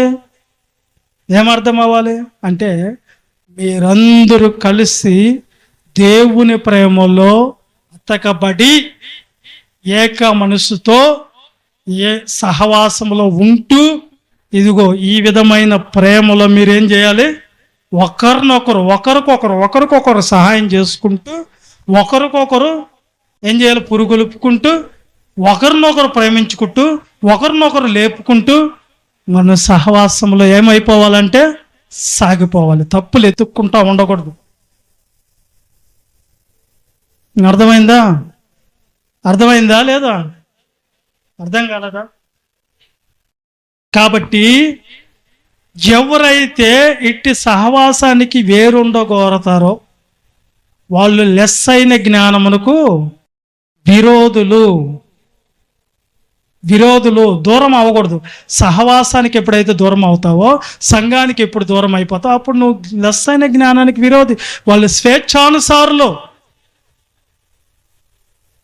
సంఘంలో సేవకుడు ఒక మాట అంటే అలిగి, నేను ఇంట్లోనే కూర్చుంటా, ఇంట్లోనే ప్రార్థన చేసుకుంటా, నాకు లేడా దేవుడు అంటే? లేడు నీకు దేవుడు. ఎందుకు లేడంటే కనిపించే నీ సహోదరుని నువ్వు ప్రేమించలేనప్పుడు, వాళ్ళ తప్పులు క్షమించలేనప్పుడు కనబడనే దేవుణ్ణి నువ్వు ఎలా ప్రేమిస్తావు? అది వ్యర్థమే కదా. నీకు దేవుడు ఇచ్చినటువంటి ఒక సహవాసం ఉంది, ఒక ఫెలోషిప్ ఉంది. దేవుడు నీకు ఒక నడిపింపు ఇచ్చాడు. ఆ నడిపింపులో నిన్ను ఆ సహవాసంలో ఉండి దాంతో అంటకట్టబడి నీ జీవించమన్నాడు. దేవుడు నిన్ను నడిపించేటప్పుడు నువ్వేమవుతున్నావంటే, ఎవరితో నాకు సంబంధం లేదు, ఈ సంఘానితోనే నాకు సంబంధం లేదు, ఈ ఫెలోషిప్తో నాకు సంబంధం లేదని నువ్వు ఉంటే నువ్వు లెస్ అయిన జ్ఞానానికి విరోధి. నీ సహోదరులనే నువ్వు దగ్గరికి చేర్చుకోలేని నీవు, నీ సహోదరులనే నువ్వు ప్రేమించలేని నీవు, కనిపించని దేవుణ్ణి కూడా నువ్వు ప్రేమించలేవు. గనక అలాంటి వాళ్ళని దేవుడు ఎప్పుడు కూడా ఆయన దృష్టిలో పెట్టుకోడు, దృష్టిలో పెట్టుకొని నడిపించడు. దేవుడు సహవాసం అనేది ఇచ్చినప్పుడు ఆ సహవాసానికి ఆయన మరి శిరస్సుగా క్రీస్తు ప్రభుల వారు ఉన్నప్పుడు మనందరం దాంతో కలిసి మనం ప్రేమతో ప్రతి పనిని జరిగిస్తూ ముందుకు వెళ్ళాలి. దేవుని ఉద్దేశాలు నెరవేర్చాలి. సంఘము ద్వారా మాత్రమే నెరవేర్చాలి. ఎలా నెరవేర్చాలంట? సంఘం ఒకటి చెప్తుంది, మనం ఒకటి చేస్తాం. సంఘం ఎట్టు నడవమంటది, మనం ఎట్టు నడుస్తాం. ఏంటి అప్పుడు దేవుడు ఎలా అంటే సంఘానికి పరిపూర్ణత ఇచ్చేది? అప్పుడు ఏందండి పరలోకం ఇచ్చేది మనకు. అందుకనే దేవుడు చెప్పాడు, నీవు సంఘముతో ఏమైపోవాలండాలా? అతకబడి ప్రేమలో నువ్వు ఎలా ఉండాలి? ప్రేమతో సాగిపోవాలి. అందరిని ప్రేమించాలి, అందరినీ హత్తుకోవాలి, అందరినీ దగ్గర చేర్చుకోవాలి. వాళ్ళ బలహీనతల కోసం మనం ప్రార్థన చేయాలి. వాళ్ళు బలహీనులైనా సరే మనం వెళ్ళి వాళ్ళని లేవనెత్తే పని చేయాలి. పడిపోయిందిలే, లోకంలో పోతే పోయింది, నాకెందుకు అని నువ్వు పోతున్నావు అంటే నువ్వు వాళ్ళని ప్రేమించడం లేదు. ఈరోజు చర్చికి రాలేదు, వాళ్ళకి మన ఇలువ తెలియచేయాలి, దేవుడు ఇలువ తెలియజేయాలి. అమ్మా సహవాసానికి ఆగకూడదమ్మా, తప్పమ్మా అని చెప్పాలి. దేవుడు చెప్పాడమ్మా అని చెప్పాలి. వాళ్ళని నువ్వు ప్రేమించాలి. నీకు దగ్గరలో ఉన్న సోదరులు ఐక్యపరచుకోవాలి. మనందరం ఒకటి కాదా అని చెప్పుకోవాలి. ఒకరికి సాడీలు చెప్పుకుంటుంటే మనమే సాడీలు చెప్పుకోకూడదు, తప్పని చెప్పి మనం హెచ్చరించుకొని బలహీన పడిన వాళ్ళని సరి చేసుకొని నడవాలి. సేవకుడు ఇలా తిట్టాడు నన్ను అంటే ఒక ఆవిడ, సేవకుడు ఇలా తిట్టాడంటే ఏమేం చెప్పాలి? అవునవును అక్కో, నన్ను కూడా తిట్టాడు, నాకు కూడా మనసు ఇరిగిపోయింది అని చెప్పుకుంటున్నారు తప్ప అరే ఎవరి కోసం చెప్తున్నారు? ఆయన మన కోసం కాదా? దేవుడి హెచ్చరికలు ఆయన ద్వారా మనకి ఇస్తున్నాడు, మనల్ని సరి చేస్తున్నాడు. మనం ఇలా మాట్లాడుకోకూడదు కదా అక్క, అది తప్పక్క, మనం అట్లా అనుకోకూడదు అక్క, మనం చేసిన భక్తి అంతా దేవుడు అంగీకరించడక్క అని చెప్పుకోవాలి. కానీ పక్కకు పోయి గుసగుస చెప్పుకుంటారా? అలా గుసగుస చెప్పుకున్న వాళ్ళందరూ ఏడ రాలిపోయారు? అరణ్యములో ఆకులు రాల్చినట్టు రాల్చేస్తాడంట దేవుడు. మోషేని సనుక్కోవటం, దేవుణ్ణి సనుక్కోవటం. ఒక నాయకుడిని మనకు ఇచ్చినప్పుడు, ఒక నాయకుడి ద్వారా నడిపించినప్పుడు మనం దానికి లోబడాలన్న వద్దునా? మేము లోబడినప్పుడు నువ్వేం ఇంక సహోదరుని ద్వేషిస్తున్నావు, ప్రేమిస్తున్నావు. ఏం చెప్పాడు దేవుడు? హెబ్రీ పత్రిక 13:17 వచనం ఏముందడా? మీ పైన నాయకులుగా ఉన్నవారు మీ ఆత్మల లెక్క అప్పచెప్పువారు వలె మీ ఆత్మలు కాల్చున్నారు. వారు దుఃఖముతో పని చేయక మీకు నిష్ప్రయోజనము కనుక దుఃఖముతో కాక ఆనందముతో చేయనట్లు వారి మాట విని వారికి లోబడి ఉండి. అది దుఃఖముతో మీకోసం బాధపడ్డారంట. మీరు చేసిన ఏదైనా నిష్ప్రయోజనం. మీ ఆత్మలు కాయటం ఆ బాధ్యత. నా పని నేను చేస్తున్నాను, అందుకే గద్దించేదానికి రైట్స్ ఉన్నాయి, ఖండించేదానికి రైట్స్ ఉన్నాయి, హెచ్చరించేదానికి రైట్స్ ఉన్నాయి. కొంతమంది అంటారు, అన్నయ్య నువ్వేమనబాకన్నయ్య, సంఘాన్ని ఏమనద్దు, నువ్వు ఏమంటున్నారు, ఏమనద్దు నువ్వు సంఘాన్ని. ఏం చేయాలంట? వాళ్ళని ప్రేమతోనే మాట్లాడాలంట. ప్రేమతో మాట్లాడిన వాళ్ళకి పరిపూర్ణత వస్తుందా? మాట వింటారా? వినరు. గద్దించమన్నాడు దేవుడే, ఖండించమన్నాడు. అవసరం వస్తే పౌలు గారు అంటాడు, బెత్తం పట్టుకోరావాలా మీకోసం అంటాడు. ఏంది? దేవుడు సంఘం పరిపూర్ణతలోకి రావాలి. అందుకే మీ ఆత్మలు కాసే బాధ్యత ఎవరిది? నాది. మా బాధ్యత మేము చేస్తున్నాం. అడిగినప్పుడు మీరు బాధపడితే అది మీకే ఉంటుంది, కానీ దేవుడు దానివల్ల మీరు అనుకుంటారు, ఏమి నాకు లేడా దేవుడా? నా మొర వినడా? వింటాడా? వింటారా? ఇచ్చాడా? ఏనాడు? నువ్వు నాయకుడు మాట ఎప్పుడైతే ధిక్కరించావో ఆ క్షణంలో మోసేతో అంటాడు, మోసే నువ్వు అడ్డు తెలుగు వాళ్ళని ఇప్పుడే భస్మం చేస్తా నేను నియమించి నిన్ను నాయకుడిగా పెడితే నీ మాట ధిక్కరిస్తారు వాళ్ళు.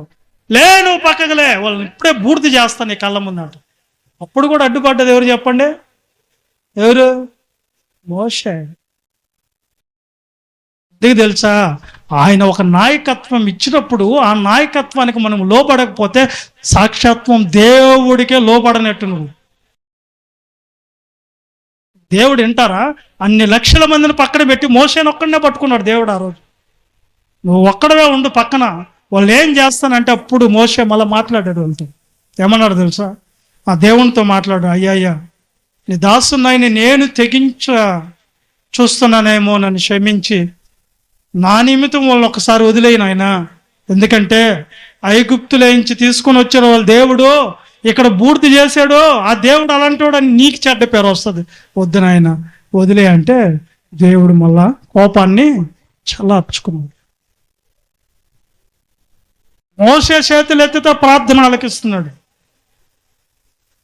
మీరు చేసుకున్న ప్రార్థన ఏమో నాకు తెలియదు. ముందు నువ్వు నడిపింపుకు లోబడితేనే దేవుడు నీకు సహాయం చేస్తాడు. అబ్రాహాం ఉన్నాడండి. అబ్రాహాంని దేవుడు ఏమన్నాడు? నువ్వు నేను చూపించే ప్రాంతానికి బయలుదేరు, నిన్ను బహుగా ఆశీర్వదిస్తానన్నాడు.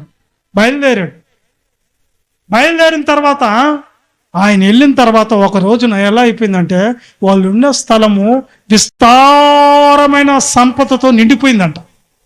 దీవెన, ఆశీర్వాదం. అప్పుడు ఆయనతో కూడా లోతు అని కూడా బయలుదేరాడు. ఎవరితో కూడా? అబ్రాహాంతో కూడా. లోతుని ఏమన్నా దేవుడు పిలిచాడా? పిలవలేదు. పోనీ అబ్రాహాం రమ్మన్నాడా? రమ్మనలేదు. కానీ ఆయన కూడా వెళితే ఆ అబ్రాహాంతో పాటు లోతుని కూడా దేవుడు ఆశీర్వదించాడు. వాళ్ళు కలిసి బతకలేనంత విస్తారమైన సంపదతో నిండిపోయింది. ఎప్పుడైతే అబ్రాహాముతో ఫ్రెండ్షిప్ కట్ చేసుకొని పక్కకి వెళ్ళాడు లోతు, అప్పుడు సొదొమ గొమొర్రాల మంటలు వచ్చింది. అప్పుడు కూడా అబ్రామే ప్రార్థన చేశాడు, అయ్యా నన్ను బట్టి ఆయన రక్షించంటే దేవుడు మొరాలకించాడు. ఎవరినైతే నాయకులుగా పెట్టారో, ఎవరికైతే నడిపించాడో ఆ నడిపింపు ఖచ్చితంగా మనం లోబడి తీరాలి. ఆ సావాసము ఇలా నడిపించేదానికి దేవుడు ఆయన నడిపించుకుంటాడు తన సంఘాన్ని. లేదు నేను లోబడను అని అనుకుంటే నీ ప్రార్థన కూడా వ్యర్థమే, నీ అర్పణ కూడా వ్యర్థమే. నిన్ను దేవుడు ప్రేమిస్తున్నారని నీ భ్రమ. కాబట్టి నేనేమంటున్నానంటే దేవుడు ఎవరైతే సహవాసానికి దూరం అవుతారో ఆ దూరం అయ్యే వాళ్ళు లెస్ అయిన జ్ఞానానికి ఏమైపోతారు? ఫెలోషిప్గా ఉండేవాళ్ళు. ఒకసారి కీర్తన గ్రంథం 133 ఫస్ట్గా నేను చదువుకొని ముగించుకున్నాను. కీర్తనల గ్రంథం ఇది పార్ట్ 1 మాత్రమే, పార్ట్ 2 మళ్ళా రావాలి. ఇది పార్ట్ 1 మాత్రమే. చదువు. సహోదరులు ఐక్యత కలిగి ఏనండి గోడ కూర్చోలేండి, వింటున్నారా? సహోదరులు ఐక్యత కలిగి నివసించుట ఎంత మేలు, ఎంత మనోహరము. అది తల మీద పోయబడి అహరోను గడ్డము మీదుగా కారి అతని అంగీల అంచు వరకు దిగజారిన పరిమళ తైలము లాగుంది. సియోను కొండల మీదకి దిగివచ్చు హెర్మోను మంచు వలె నుండును. ఆశీర్వాదమును శాశ్వత జీవమును అచ్చట ఉండవాలని సెలవిచ్చున్నాడు. ఎవరైతే ఐక్యత కలిగి సహోదరులు నివసిస్తారో ఆ సంఘములో ఏముంటదంట? ఆశీర్వాదమును శాశ్వత జీవం అక్కడ ఉండాలని దేవుడు కోరుకుంటున్నాడు. ఐక్యత ఏడుంది మనకు? ఆమె అంటే ఈమెకు పడదు, ఏమంటే ఆమెకు పడదు.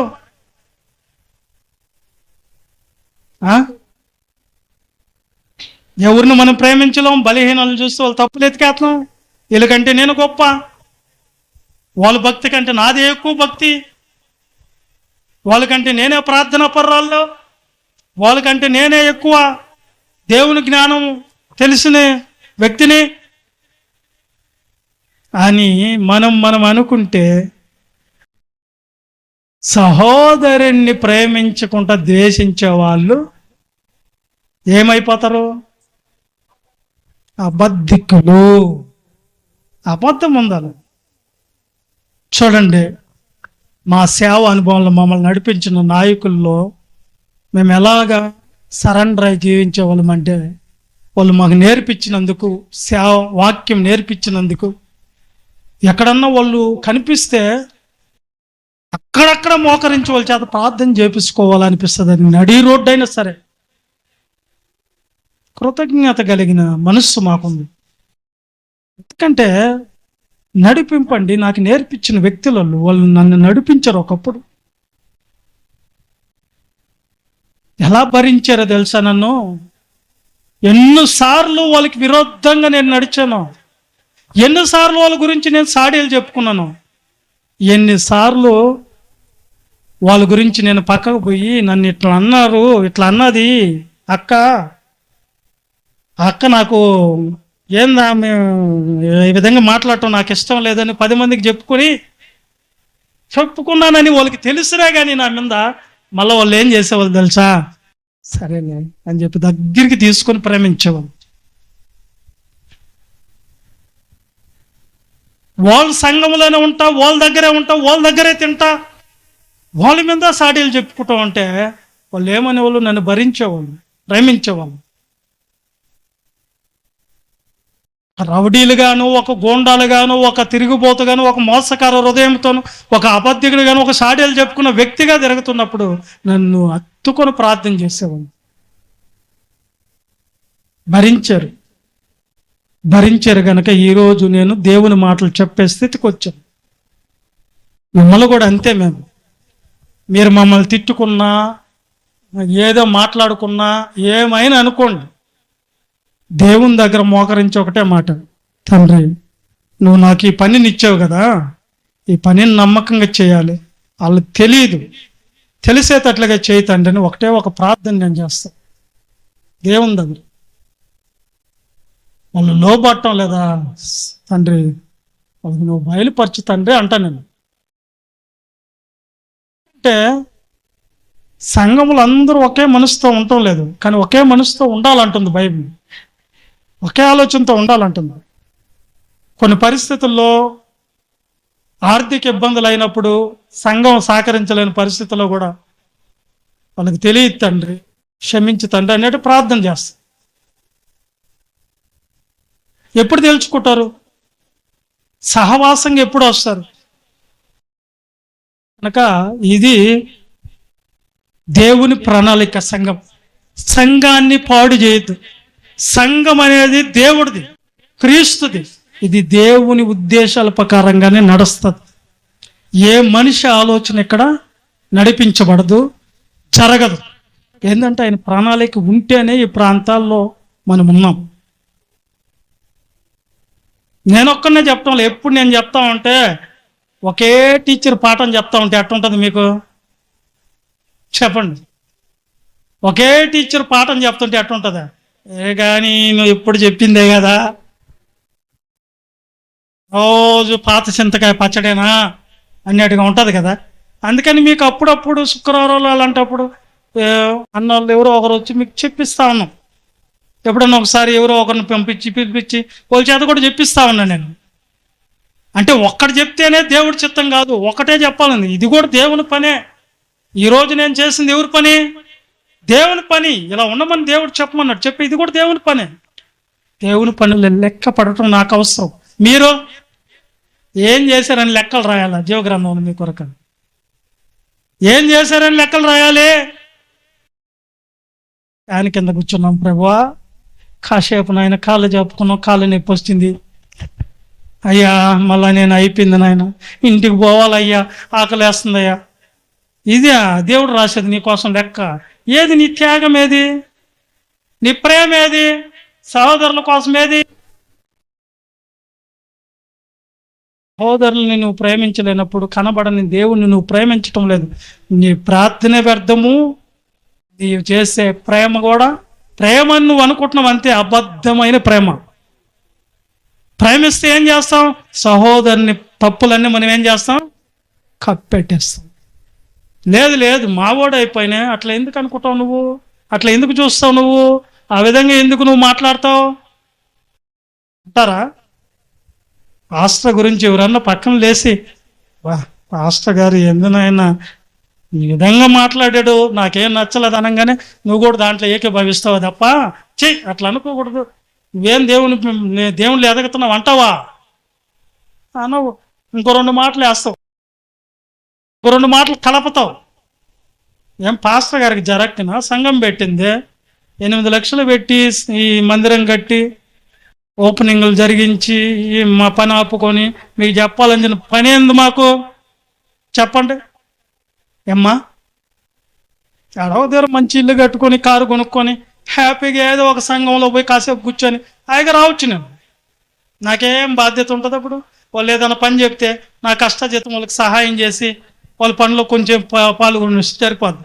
మీ అందరిని పోగేసి మీకు సత్యం చెప్పండి, వినండి వినండి వినండి, ఆహా నువ్వు చెప్తే మేము వినం అని మీ చేత అనిపించుకొని ఏమంత బాధ సేవకుడికి? ఏమి ఆ బాధ అంటే దేవుని పనిది. దేవుని పని నిర్లక్ష్యంగా చేయబాకండి, సేవకుడిని ధిక్కరించబాకండి. మీ ఇళ్ళకు వస్తే కూడా సేవకుడిని గౌరవం అనేది కూడా ఇవ్వటం వల్ల కొంతమంది ఏదో పైకి అట్ట అంటారు, కూర్చో అన్న అంటారు, కానీ కూర్చో కూడా తేరు. ఏడ కూర్చుంటాడు? మర్యాద లేదా? గౌరవం లేదా? విలువంతా మీకు అర్థం కావటం లేదు. ఎందుకు తెలుసా? మిమ్మల్ని తీసుకొని వచ్చాడు కూర్చోబెట్టి వాక్యం చెప్పిస్తున్నాం కదా, బండ్లలో మిమ్మల్ని తిప్పి అడకన ప్రార్థనలకు పోవాలంటే ఆ బండికి ఆయిల్ ఒళ్ళు పోసుకొని బండ్లు తెచ్చి మీకోసం తిప్పుతుంటే దాని విలువ తెలియటం లేదు. ఇది మీరు జీవ గ్రంథంలో రాస్తాడు, మీకోసం కష్టపడ్డారండి. ఆదివారం చర్చి కుస్త రాస్తారా? రాయుడు. ఏదో దేవుని కోసం చెయ్యాలా. నువ్వు దేవునికి మాత్రమే రుణం ఉన్నావు, ఆ రుణం ఏందో తీర్చుకో. అది సంఘము ద్వారా. దేని ద్వారా? సంఘము ద్వారే జరగాలి అని దేవుడు కోరుకున్నాడు. సంఘము ద్వారే పరలోకం రావాలని దేవుడు కోరుకున్నాడు. ఆ సంఘానికి అధ్యక్షులు క్రీస్తు ప్రభుల వారు. దాన్ని కోరుకున్నటువంటి ఈ యొక్క సంఘం అనేది వధువు, ఆయన గొర్రెపిల్ల, వివాహం అనేది ఒకటి ఉంది. పరలోకంలో ఇవన్నీ నిదానంగా చెప్పాలి. కాబట్టి ఇప్పుడు చెప్పండి అమ్మా, సంఘం అంటే ఏంటి? సంఘం అంటే ఏంటి? ఎక్కడి నుంచి ఎక్కడికి? చీకటిలో నుంచి ఆశ్చర్యకరమైన వెలుగులోనికి మమ్మల్ని పిలిచిన వాణి. ఎవరు పిలిచాడు మిమ్మల్ని? క్రీస్తు ప్రభులు వారే పిలిచింది. ఎందుకు పిలిచాడు? పిలిచిన వాని యొక్క గుణాతిశయాల్ని పచరింపజేయ నిమిత్తం మిమ్మల్ని ఏర్పరచబడిన రాజులైన యాజకుల సమూహంగా మిమ్మల్ని మార్చాడు. ఈ సంఘం అనేది ఎలా ఉండాలి? అపోస్తలుల బోధ యందు, సహవాసమందు మాటల అబద్ధికులు మీరు మళ్ళా ఆ సహవాసానికి రారు. రెండోది, గృహ కూడికల్లో తప్పకుండా పాల్గొనాలి. మూడోదే, పార్ట్ 1 ఇది. సహవాసం ఎవరితో చెయ్యాలో నెక్స్ట్ పార్ట్లో వస్తుంది. ప్రార్థన చేసుకోండి.